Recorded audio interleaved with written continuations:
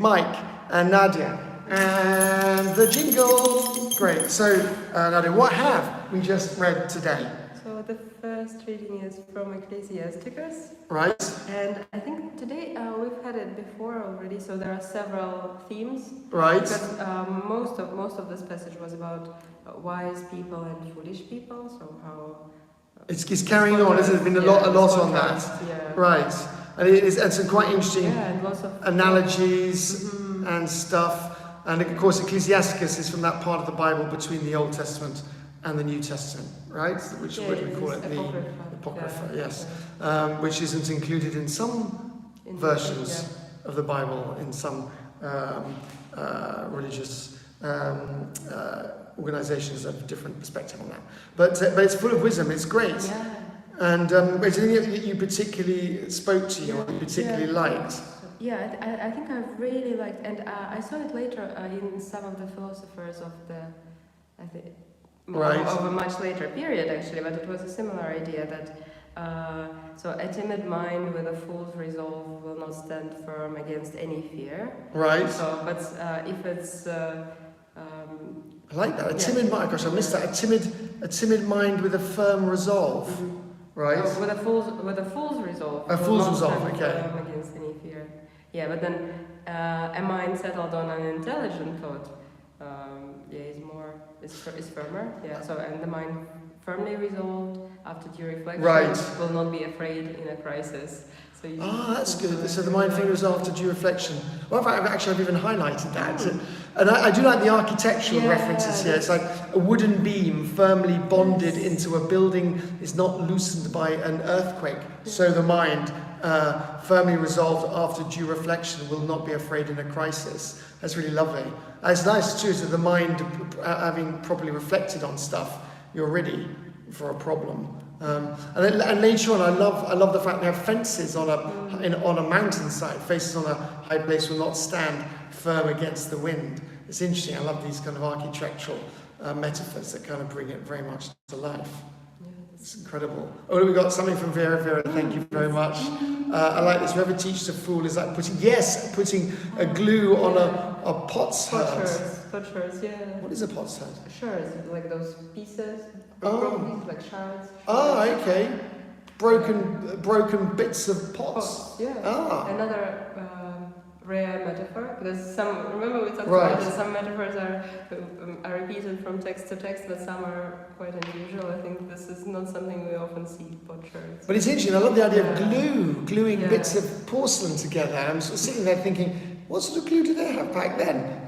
It's kind of interesting. Do they have super glue or you? Yeah, probably something. Yeah, exactly. It's probably. Yesterday, I learned it from our children in Sunday school. Yesterday, they were telling me that there's glue made of rice or something. Oh yes, rice. That's true, and starch-based glues. In fact, wallpaper is glue is made from the bones of animals, right? From the what do you call it?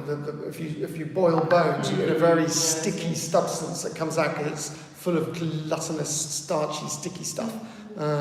So a lot of original wallpaper stuff was made from the marrow of bones. That's the marrow has a very sticky, starchy content, as I understand. But yeah, that's great. It is interesting, and also great verse.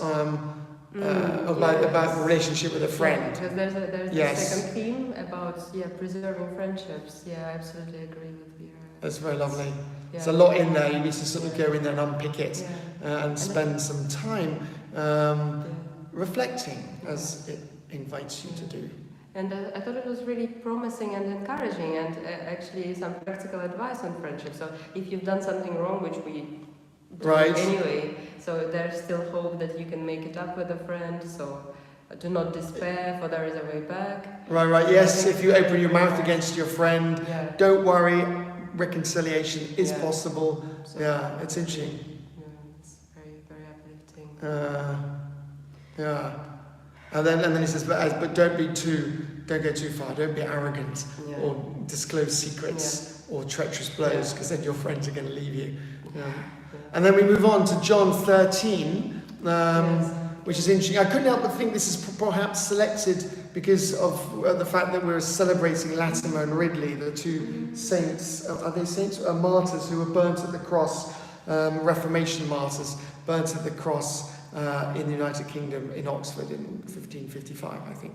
But we also finished Mark because did we? Right, okay. Because it was the shortest gospel, and I think we don't stream on Saturday, but I think on Saturday right. this final bit. But it's interesting because he says Jesus knew that his hour had come to depart from this world and go to his Father, and I couldn't help but think that Latimer and Ridley obviously knew that their hour had come, and that the devil had put into the heart of Judas and the people around them that they were going to be betrayed and put to death.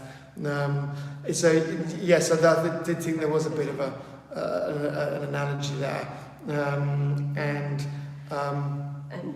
this reminded me actually also of what Malcolm once said about preaching from St. John's Gospel, because I thought that there's this short passage, but there are so many things, so we can't possibly speak about all of them today. It is true, and the whole thing, I hadn't realised that the whole thing of Jesus washing the disciples' feet, where he wraps a towel around himself, pours the water and begins to wash their feet. But the whole conversation with Peter is so interesting. I hadn't realised that bit before. Yeah, because Peter, his initial reaction is that he thinks that he shouldn't let his teacher. Exactly. I love that. Don't wash my feet. Yeah, and again, this is very. We often see it in Peter, very human reaction, very natural. And Jesus' answer is like, "Oh, come on, Peter! Unless I wash your feet, you're going to have no share with me." And I love that. It's all very sort of down to earth. And some of you said, "Lord, not my feet only, but also my hands and my head." And Jesus said to him, "No, one who's bathed does not need to wash except for the feet." And I just love this conversation. It's like, "Don't wash my feet." Okay, well, if you are, then wash my head and hands. And she's like, "We don't need to do the heads and hands. Just stick to the feet." It's actually really interesting. So human. Yeah. And then, of course, Jesus realizes what's lying ahead, that he's going to betray him. And you are clean, though not all of you. For he knew he was going to betray him, which is so interesting. And this idea about accepting care from others, even from such a good point. Exactly, to be able to when people want to help, to accept help and care and kindness in a sort of good and appropriate way. It's so true, isn't it?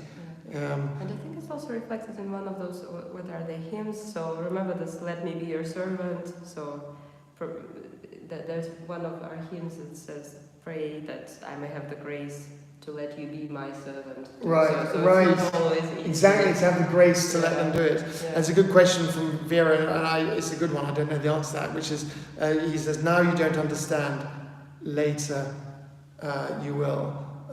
And also, why just the feet? Yeah, these are both questions. We need our Malcolm here, a proper priest, real priest who can actually answer these things. But it's a great question. Feet are more likely to be dirtier. Exactly, because they've travelled, so the feet are kind of covered in dust and stuff. So, and it is very soothing to wash and clean feet. But it is true. It's like this thing. Now you don't understand, but later you will. I also wondered about that. It is interesting. But it's a fascinating passage. I feel there's a lot in there we don't really understand. Maybe it's about later. Jesus refers in this way, but he knows that what will happen to him, so that he will have to go to the cross and have this role, which is it will look like he's so vulnerable, but he's actually it's all part of God's plan. Right. Exactly, and it's also with the benefit of hindsight, because as events unfold, often you don't understand what's going on, but when everything has happened and you look back, then you can understand everything because it's in the context of everything else. So maybe that's what it says, now you don't understand, but later you will. Perhaps it's a reference to the fact that it'll all become clear in due time. And it's also true, I always find that every time there's a lot in the Bible you read, you don't understand, and then you read it, later or years later, and it's like it becomes very clear. Certain points, different things sort of pop up and become, exactly. Anyway, okay. 10 minutes. Great, we were over 10 minutes. Oh, 10 minutes, we've got to stop, definitely. Okay, great. Great to have chatted. Thank you, Vera, for your great contribution as always. And we've got to stop because it's 10 minutes. That's ridiculous. Okay, bye. Have a great Monday and week and all the rest. And see you probably tomorrow. I think so. Great. See you.